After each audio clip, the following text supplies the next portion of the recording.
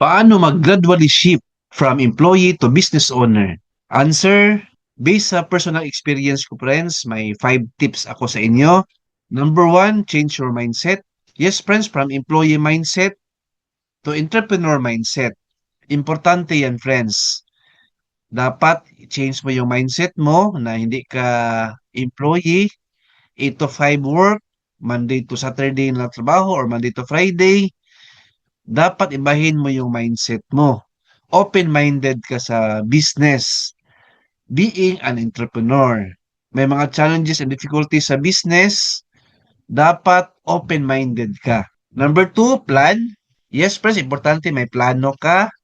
When ka mag-start, ano ang negosyo mo, sino ang customers mo, sino ang competitors mo, saan yung business location.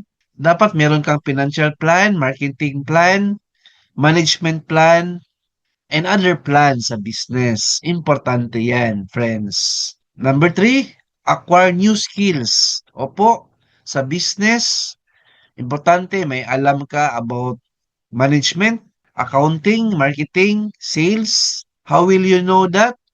Acquire new skills. Para maging good business owner ka, good entrepreneur, and maging successful ang business mo. Number 4, save and invest. Opo friends, while you are an employee, dapat mag-save ka. Bakit? Para yan yung starting capital mo sa business mo. Meron kang emergency fund. And of course, after ka makasave, ma-invest mo yan. So, how will you invest? Number 5, start your small business. Yes, friends, start small.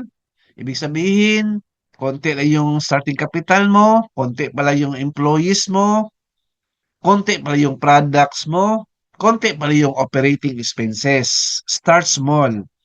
So, after 2 years, pag may regular customers ka na, stable na yung business mo, pwede ka na mag-gradually increase sa products mo, sa services mo.